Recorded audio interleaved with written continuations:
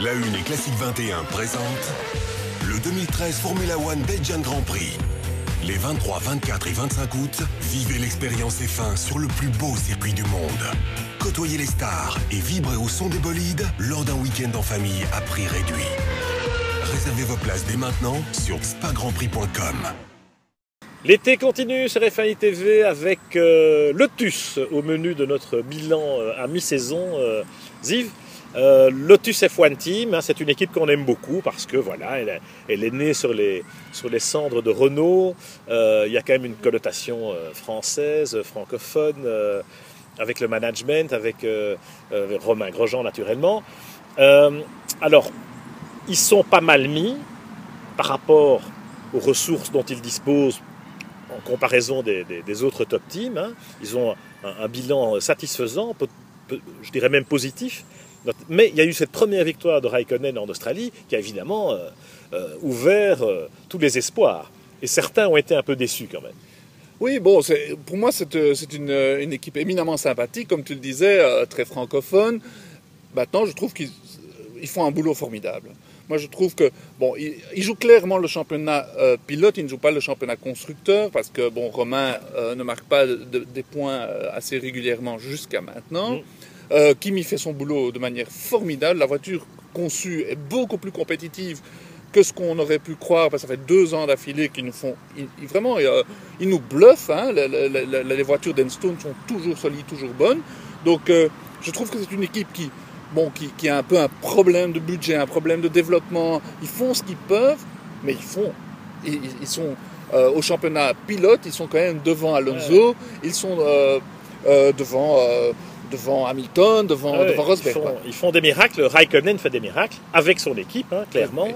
Mais il fait des miracles, c'est évident. Alors que Romain, c'est vrai qu'il y a toujours le problème des hauts et des bas, même si on est sur une tendance haussière, dirais-je. Et on peut espérer que ça va continuer parce que Romain, on le sent maintenant plus en confiance, mieux encadré, encouragé à l'intérieur de l'équipe aussi, parce que les résultats sont là, parce que Romain, il délivre. Évidemment, il faut éviter de retomber dans les vieux travers. Pour l'instant, il s'en sort pas mal parce que la pénalité à Budapest, franchement, elle n'était pas justifiée, en tout cas sur le dépassement de Massa, qui était superbe. Et si on commence à pénaliser les pilotes pour dépasser, je veux dire, c'est la nature même de la course automobile qu'il faut revoir. L'aspect politico-économique, en revanche, c'est vrai que moi je trouve que parfois cette équipe communique très mal. Parce qu'ils nous disent, oui, tout va bien, tout s'arrange, on a signé avec des investisseurs, tout baigne dans l'huile. On apprend par eux-mêmes, quelques semaines après, que finalement c'est pas signé, mais que bon, ça devrait se faire, mais que... ils tirent un peu la langue pour payer le salaire de Raikkonen. On leur a rien demandé, c'est eux qui nous apprennent ça. Ça, c'est le genre de linge sale qu'on garde en famille, me semble-t-il. Après, Eric, il n'est pas content parce qu'on parle de ça. Attendez, excusez-nous, c'est des infos qui viennent de l'intérieur de l'équipe.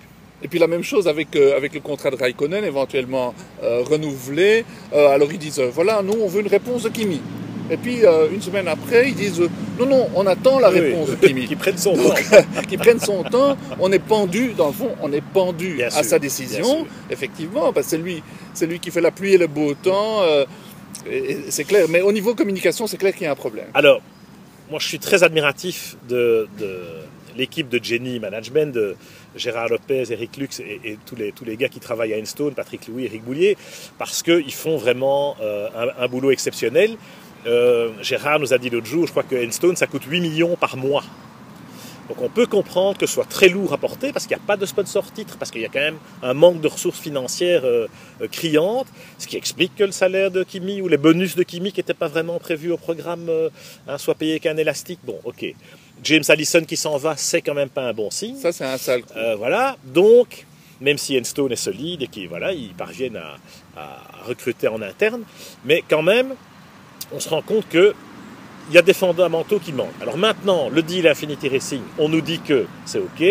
Et là, effectivement, il y a des vrais investisseurs qui vont mettre beaucoup d'argent. Donc ça devrait donner le bol d'oxygène et la perspective de développement sur 2 ou 3 ans et pas sur 2 ou 3 mois, parce que on en est un peu là actuellement.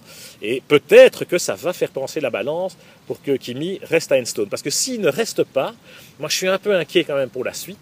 Même avec Romain et avec un autre pilote de bon niveau, un pilote du niveau de Kimi Räikkönen, ils ne sont pas prêts d'en retrouver un. Non, c'est sûr, parce qu'il n'arrête pas de... Ça fait 2 saisons, je crois qu'il passe son temps à marquer des points, des gros points pour l'écurie. Bon, d'un côté, ça le coûte énormément en bonus, mais d'un autre côté, ça leur rapporte énormément aussi à chaque point. En prize money, bien sûr. En prize money, donc c'est super important d'avoir un pilote comme ça. Dans le fond, il me fait penser un peu à Carlos Reutemann dans sa grande période. C'est que Carlos Reutemann était tout le temps dans les points, marquait de temps en temps une victoire.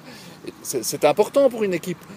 Bon, Kimi est plus flamboyant que ça. Kimi vaut beaucoup mieux que Carlos Reutemann. Excuse-moi, Ziv, mais Kimi, Reutemann avait des hauts et des bas, Reutemann avait des états d'âme, Reutemann était un pilote très latin. C'est vrai. Kimi, c'est le contraire, j'ai envie de dire. Voilà, il est imperturbable et lui, c'est une machine à prendre des points et il lâche rien en course. Il fait 0 faute en course, vraiment. Hein. Il est bluffant pour ça. Alors que, bon, on sait que Romain est capable d'aller parfois plus vite que Kimi. Sur un tour ou sur un relais, mais sur l'ensemble d'un Grand Prix, franchement, il a encore un peu de progrès à faire, mais c'est quand même exceptionnel d'avoir un pilote français à ce niveau-là, dans un type qui peut gagner en F1. Je pense qu'il faut vraiment aussi souligner ça et aller dans le sens.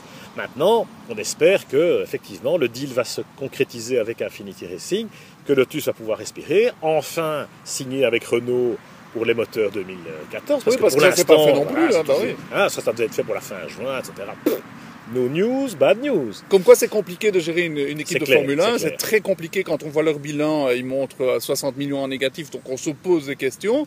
Mais il ne manque pas de mérite. Il y a beaucoup Gérard Lopez et Eric Lux, il ne manque pas de mérite. C'est formidable qu'ils tiennent cette écurie à bout de bras. Il y a beaucoup d'emprunts qui arrivent à échéance fin de l'année. Donc vraiment, il faut cette injection de capitaux. Il faut se rendre à l'évidence. Les résultats sont là pour l'instant. Oui, tout à fait. Ça, au moins, ils ont réussi. Donc chapeau à Lotus. On espère qu'ils vont conclure, concrétiser. Et s'ils peuvent garder Kimi, alors là, c'est carrément la cerise sur le gâteau. Ça sera Byzance.